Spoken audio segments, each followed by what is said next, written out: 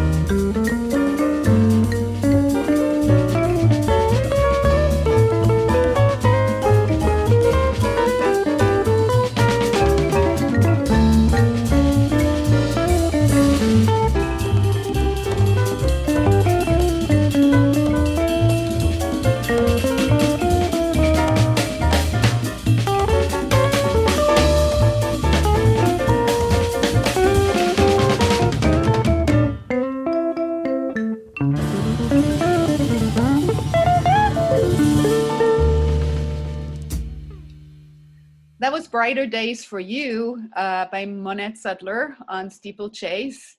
Wonderful, wonderful tune. And Monnette is our guest today, and we'll keep listening to some more music. It looks like we'll do a little timeline here and go through styles and careers. So the next one is a beautiful quiet tune. I assume it's an original, Peaceful Journey. Yes, it is. They're both original. Yes. That's why. And it showcases you on the acoustic guitar, and something that's really great about your playing too is your versatility in styles. You know, you can shred it on a R&B and a rock tune, and then you have a lot of acoustic guitar finger picking styles. And Yeah. so tell us a little bit about the Peaceful Journey. Well, Peaceful Journey is, I dedicate that to my grandmother in her passing. And so, and I did, I don't know, it was just like a song that's very peaceful feeling for me. And I wanted to convey that to the music, and acoustic guitar just seemed to fit that. I think I probably composed it on acoustic guitar. And like right in the middle of the song, I decided to put in a little electric guitar solo. I think it lasted maybe like 4 measures or something. Yeah. But so who's playing with you on this? Gerald Beasley is playing bass. Nice. Yes. And Barry Sames is playing keyboards. And I believe Leon Jordan is playing drums. Yeah. And Umar Rahim is playing soprano saxophone. Right. And where was it released on, and how is that still available? So it was released on my label, MSM Records. And it is still available. You can get it digitally on digital platforms. In fact, I made sure that I upgraded so that it is available now on all the platforms.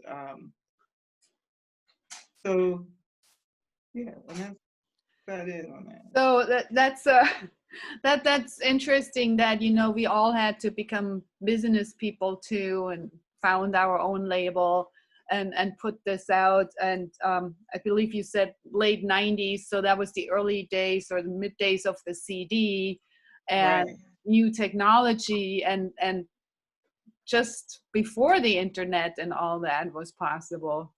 Exactly.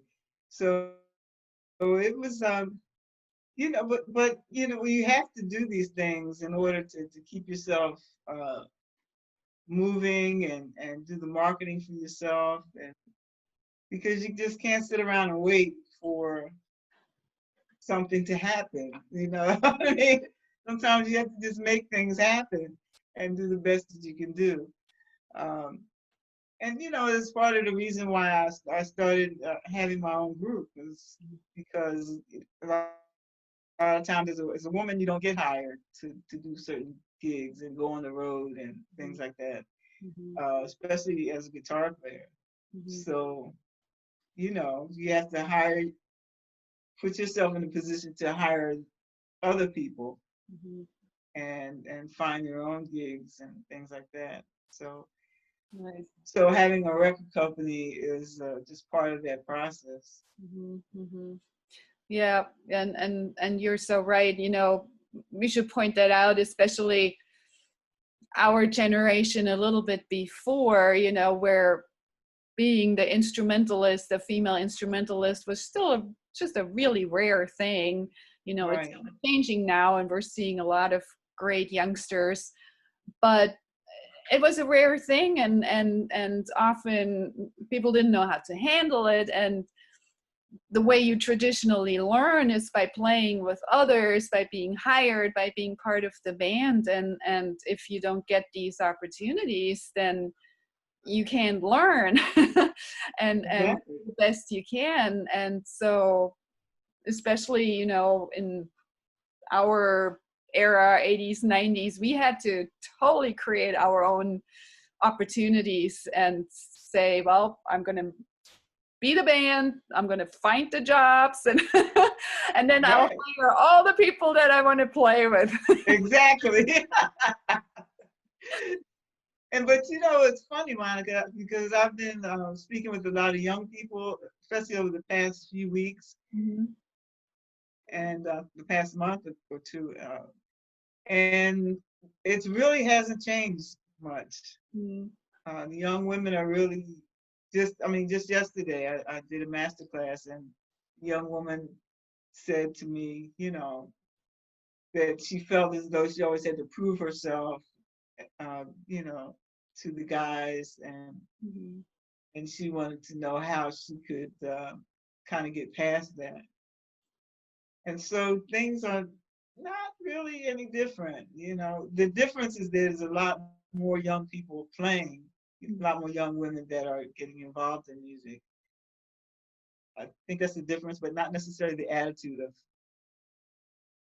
other musicians or even the people listening, Mhm. Mhm. because Yeah. people still think it's unusual sometimes. Mhm. You know what I mean? Right. So little by little, I mean, it'll be a change of perception. You know, you have to see it on stage and say, oh yeah, there's nothing special about it to Right. to overcome that feeling. Or you have to prove now that you actually have a place on this stage and you can be part of this. But it'll be thanks to powerful women like you know, who pave the way and make your own label and create the opportunities, and that's Yeah, and you as well. You know. little by little. Well, I think that'll be a great disposition to listen to a beautiful song with Okay. with the acoustic guitar. So let's have a listen to Peaceful Journey. So this was released on Monnette's own label, MSM, in the late 90s, and it's just a gorgeous song. Listen for the gorgeous acoustic guitar work.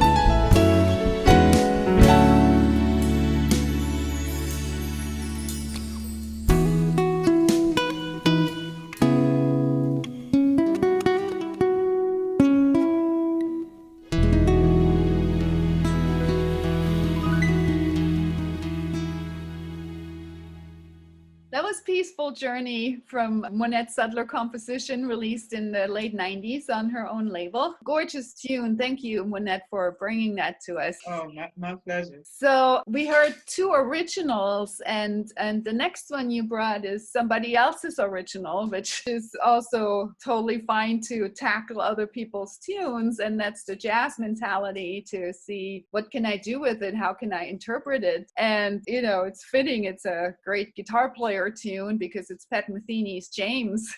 Yes. And I'm also married to a guitar player, so I play a lot of Pat Metheny tunes.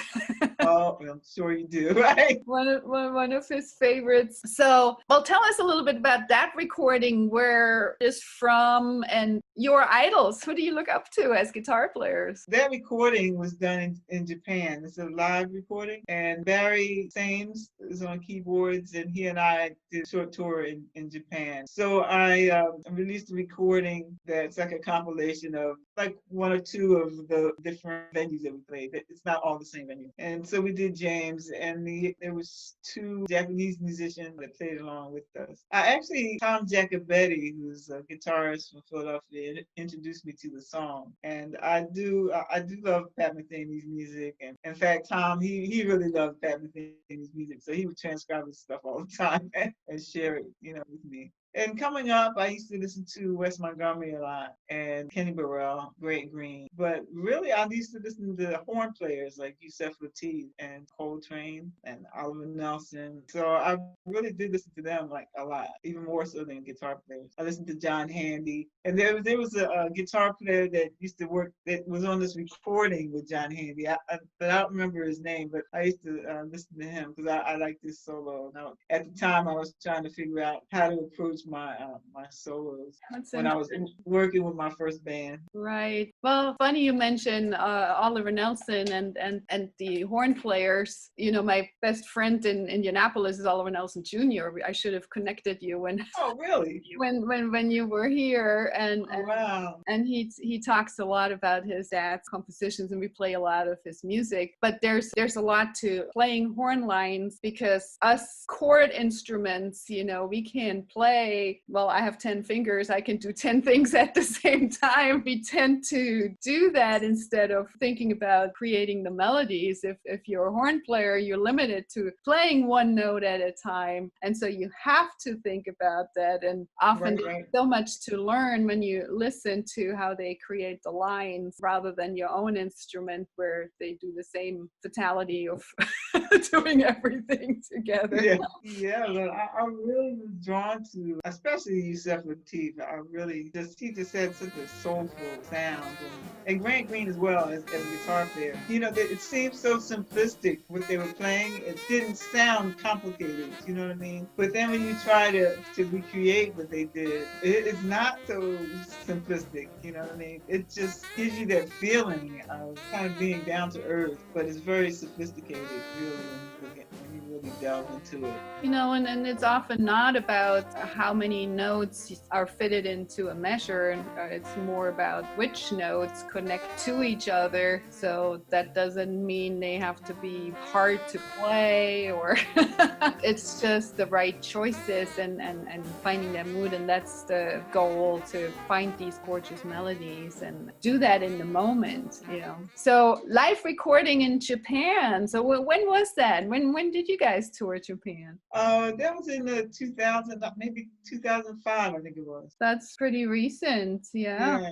It was just an opportunity, or you had connections, or how did that come together? Well, that was maybe the second time that I had gone, that Barry and I had gone there. And I had a friend that lived there, Nathan Ingram, he's a vocalist. So he was from Philadelphia, but he went to Japan and he started this soul chorus, Japanese soul chorus. And so he had created a chorus. It was pretty ingenious, actually. He started a chorus in each city, like different cities in Japan. Wow. And so they would come together collectively sometimes, and then sometimes that they would just do individual things for their particular city. So when Barry and I went, the first time we went as accompanists for the different choirs. And then the second time we went to tour as quartet and play as an ensemble, and we still went around the same cities. But it was very cool. I think that my favorite part is he took us to the bathhouse. Oh my God.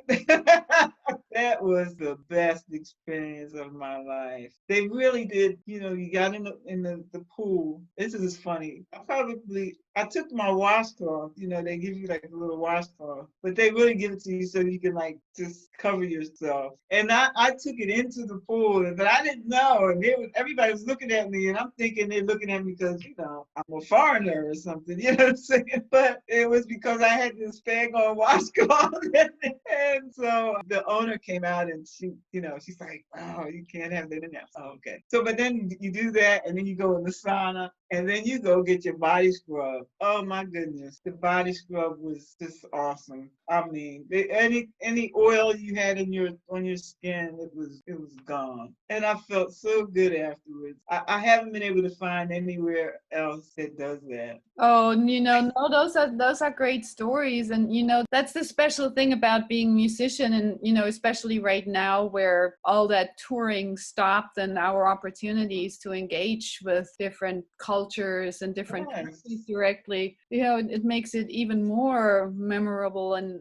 valuable and thinking about what we lost and how we can get to some resemblance of doing this again. I got to tour Japan once too, and it's just really beautiful country and culture, and it's so different. It jocks you out of your regular day routine, thinking, oh yeah, you could do it like that, or you go to a bath like this, and you keep the you can approach things, you can look at the clouds from all directions, right? Yeah, it's just amazing. And the culture was like the train was super fast, the bullet train, right? Mm-hmm. But they all, like we're doing now, like cleaning everything, they would stand there and be waiting for the train to come in, and they would go on the train and they would clean before the next passengers would get on. I mean, and they did that back then, which is something that we're doing now. Right. Because of the pandemic. But they've always done that. And they've always done that, yeah. And it's funny because Barry and they were always so polite. And Barry and I were saying towards the end of the tour, "Man, I can't wait to like get somebody with some attitude, tell me to like, why do I have to do that?" You know what I mean? Because everyone was so accommodating and just so polite. But as soon as we got back to America, it's like, oh, the attitude that you get, like people don't want to do anything for you. Yeah, and you're absolutely right about that. That's something we just recently learned too, the ability to think for the common good. Countries who are willing to do that were much quicker in finding a way to work together to overcome. If you run into the attitude of, well, it's just me, and don't make me do something inconvenient just because of you, then it's not going to get better and it's not going to work. Yeah, like I went to the store the other day, and they had a door they wanted to come in and a door they wanted to go out. And so people kept going in the outdoor, out in the exit. And I just was standing there where I was waiting for my friend to come out. And the woman she kept saying, "You need to go to come in the other way." And they said, "Oh, well, can't I just go under this thing and go around, And I said, the woman's trying to do her job. People they're not complying, and we're screwed. America. Things like that. Yeah, you're right. Let's talk a little bit more about but let's throw a little music in between before we go too far down into the rabbit hole. No, okay, all right. So James, Pat Metheny's James, beautifully played, and that's not an easy tune. I have to point that out. I know the changes, the way it switches, especially in the bridge where it goes chromatically pretty quickly. It's not easy to find common ground and find a good thing to play over it. Pat Metheny's music is not as easy as it sounds like. And so this is a beautiful recording, 2005, recorded live in Japan, Monnette Sudler's version of Pat Metheny's James.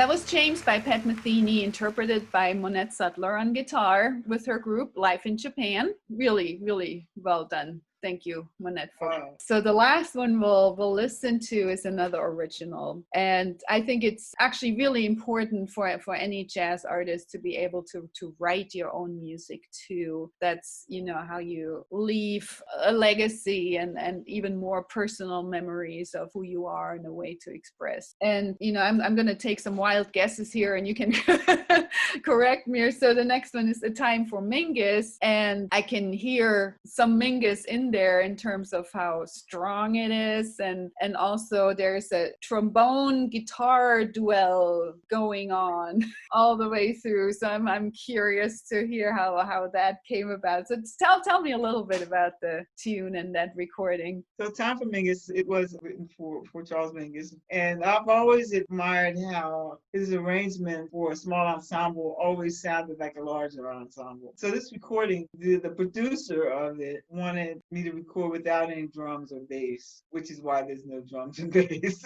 And so Steve DeRay is playing trombone. Oh. And then I do have a percussionist. I think he's playing tambourine, and we're doing hand claps. And actually Sonia Sanchez, a poet, she's also helping with the hand claps on that one as well. And then myself on guitar. So when was that released and on what kind of recording? The name of that recording is called Meeting of the Spirits. I can't remember the name of the company right now. I think they're out of print. That you can get them. You know, they do have some online that you can purchase. What time period about? That was in 2008, maybe around 2008. So we did a nice chronological line, starting from the 70s up to 2008. I love the way it reflects a little bit, you know, New Orleans style, because the claps are in four, right? You go 1, 2, 3, and then the big four.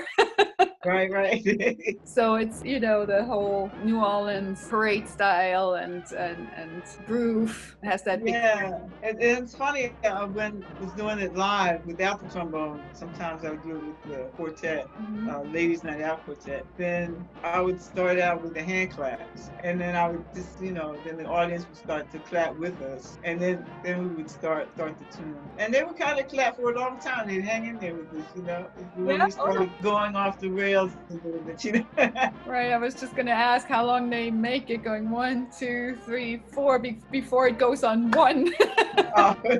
By that time, we were like, you know, off on our own tangents, so it's fine. Yeah, it's really cool. And yeah, Steve DeRay obviously is a wonderful trombone player, often also known for his shells that he would be playing with a whole different sound. You know, of course, something about Mingus too, that he was very vocal about speaking up for injustice too. You know, a lot of absolutely, like Fables of Faubus and all the ones from that recording talk about, you know, some injustice and what we're up and obviously that's something we recently had. Yeah, I just and talk about, I think you were telling one story about your son somewhere, and it really got me, and you know, it was such a important example of what we're up about. And would you mind about telling that story again? Oh, yes. Rick woke up from his nap. Well, yeah, it was, you know, this afternoon, and my son, he was taking a nap because he used to get migraine, so he laying down. And he got up, and he was like, Mom, I'm going outside. I'm like, okay. So, and then I went out on the porch behind him. I mean, like 2 minutes. And then my neighbor lives across the street, and she said, your son's on the corner. The police have him on the corner. And I said, nah, he just got up. He's, you know, he just walked out the door. And then something said, nah, you better go check. And it was him. And I ran up to the corner, and I'm like freaking out. What are you doing with my son? And he, you know, he has him up against the car, and he says, well, you know, they had some a robbery around the corner at the door, and we're just trying to get information, this and that. And I'm like, you need to let my son go. And I was just furious. And fortunately, this police officer at least answered me, because he could have told me to just shut up. But at least he did answer me. And I was glad I was there because, he would have just locked my son up for nothing because he's trying to get information, not that he did anything at all.